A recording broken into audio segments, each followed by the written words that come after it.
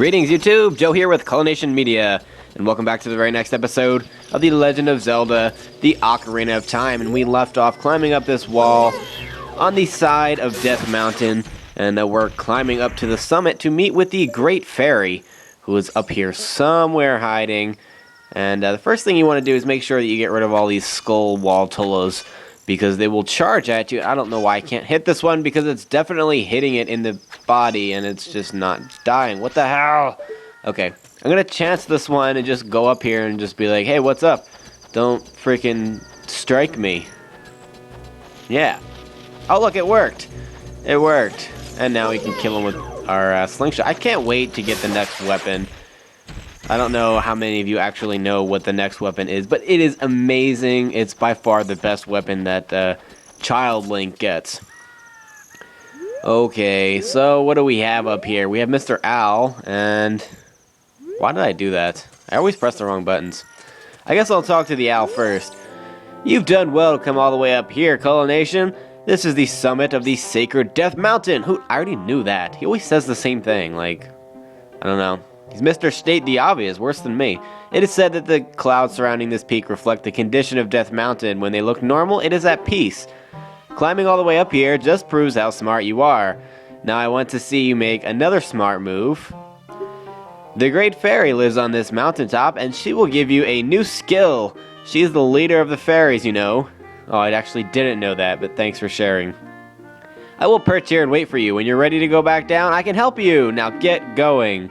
It's actually cool. He will fly you down the mountain. Is that going to miss?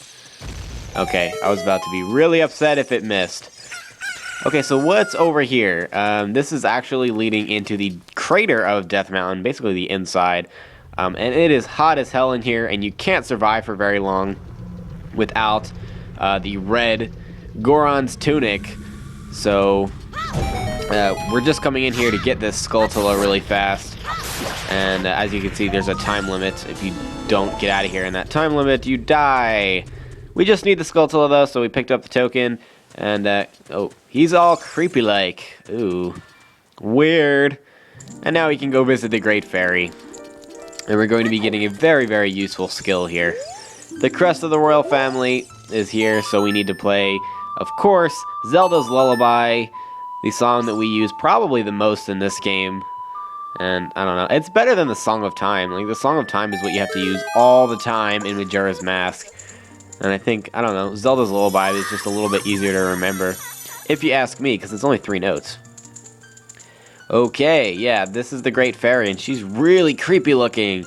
It's kind of disgusting. Welcome, Culination. I am the Great Fairy of Power.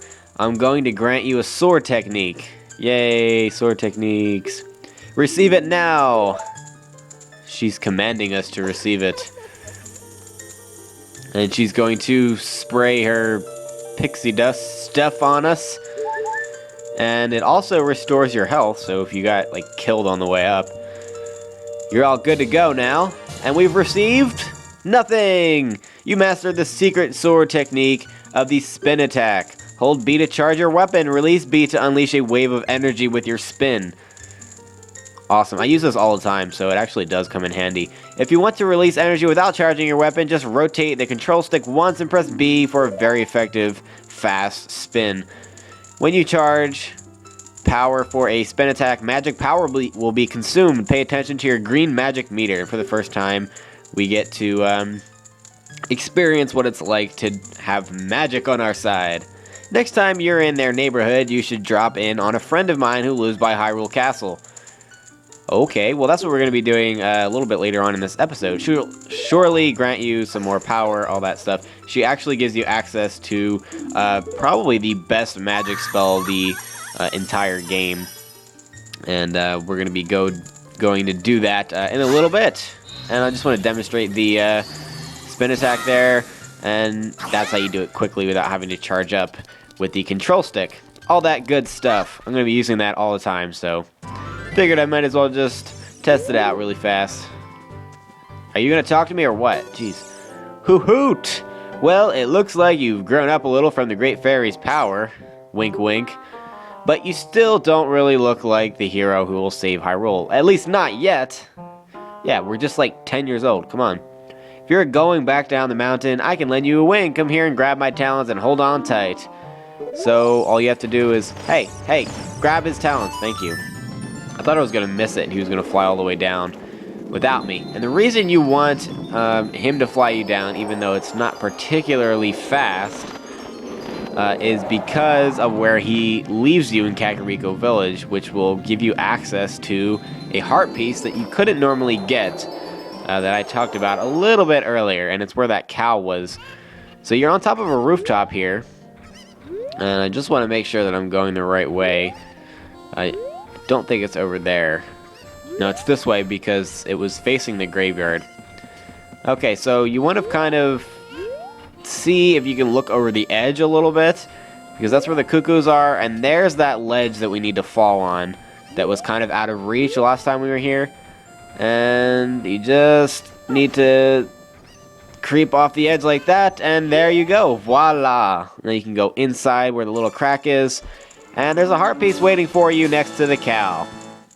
And that's our second heart piece of this cycle, so we can get another heart container after we get 2 more, which hopefully doesn't take that long because, I don't know.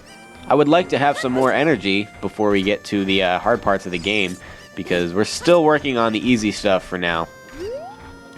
Alright, one thing that I do want to do really fast is go over to the graveyard, because I know there's a wall where you can blow up with bombs. Now that we have some from the Dongo's cave, we can go in there. Why does it teleport you like that? Like, I forgot it does that, but when you change times, you know, you make it day or night because of Sun Song, it makes you, it kind of like teleports you back to wherever you last came out of a building, and that kind of sucks because, I don't know, it just makes you go out of your way, and it makes me sad. Okay, well, I think this is the hole right here. If I remember correctly, which I might not, I'm just keeping my fingers crossed that I do. Yeah, there was can't talk, oh my god. Okay, that's where we got the Hylian shield. That's what I wanted to say, but I just kept tripping over my words there. And this is a fairies fountain. There's not a great fairy here, but there's just a crap ton of the pink fairies that we actually don't need, which I thought we did. I thought I used the fairy that I had, but apparently I didn't.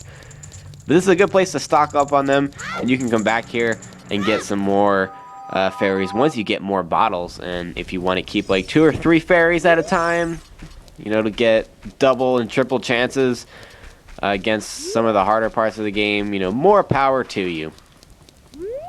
Alright, well, I guess there's nothing else for us to do here. I don't think there's any other place we can enter, because I think these just have Poes. Yep, Poes. This is the first time we've seen a Poe, I think. Poe, if you stare at it with Z-targeting, it will disappear. So you can't kill it while Z-targeting it. So you just need to wait for it to show itself, and then you can attack it. As long as you don't Z-target it. You can hit it with pretty much anything. Slingshot, sword, attack, whatever. But I'm not going to worry about that. You can also capture their souls. Interestingly enough, that sounds awful, but after you kill them, their souls become, I guess, solid? I don't know. Or they leave the body, so you can capture it in a bottle and sell it and all that good stuff. Don't drink it, though. It's just not very good for you. Okay. Oh, I know there's a Skulltula over here somewhere. I hear it. I hear it. Where are you, Skulltula? Aha! There you are. Can I get up there so I don't have to use my slingshot ammo? Come on. There we go. Okay. Die, spiders! I love killing spiders. Makes me happy because I can't stand spiders. In games and in real life, I'm just not a spiders person. I usually just smash the crap out of them. Okay, well... Oh yeah, there was another Skulltula in there. I forgot about that. I was just rolling into the tree because that's what I always do. I run into, like, every tree. But it's a good thing that I did. I don't think I've ever actually explored Kakariko Village completely like that at night, because that's when a lot of the gold Skulltulas come out in the first place.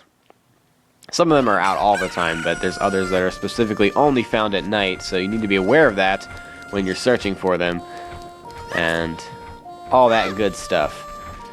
Okay, well, I guess the only other thing we have to do is go over by Hyrule Castle and talk to that Great Fairy and get us some Din's Fire.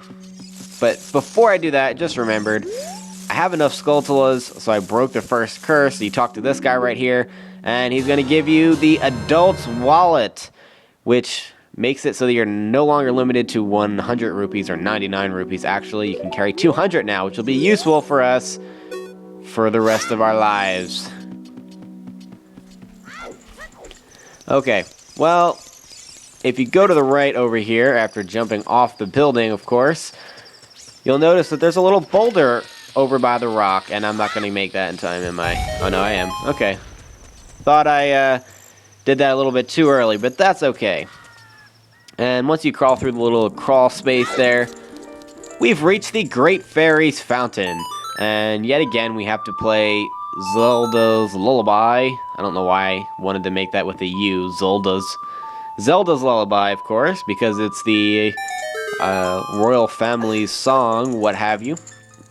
And out she comes, and she's pretty much like the identical twin of all of the other Great Fairies. They all look pretty much exactly the same clothing, hair, all that stuff. So nothing new here. She's just as ugly as ever. I am the Great Fairy of Magic. The other one should have been the Great Fairy of Magic because she's the one that introduced us to magic in the first place. But that's alright. She's going to be giving us a magic spell, which is an amazing attack. This is one of my favorites in the whole series, actually. And we've received Din's Fire. Its fireball engulfs everything. It's attack magic you can use with one of the C buttons. Fabulous. And it does have a lot of uses. You can use Din's Fire not only to attack, but also to burn things. So since we don't have fire arrows yet, and we can't have fire arrows as a kid because we can't get a bow, we can light things on fire if there's no torches around with Din's Fire. So I may use that here or there. I don't know. Okay, and that's something you can also use as an adult, too. But let's demonstrate it, and look how awesome it is. Look at that. That is amazing. Oh, it's my favorite. The other ones, yeah, you learn 2 other spells, and they're just not as good. They don't live up to the expectations that I had the first time. Like, the first time I played the game, I thought all the other spells were going to be as awesome as Din's Fire, but that isn't the case. Die sign. There. Feel my rage. Alright, well that's going to be it for this episode, guys. Thank you very much for watching. And in the next episode, we're going to figure out what we have to do next. Stay tuned for episode number 13. Game on.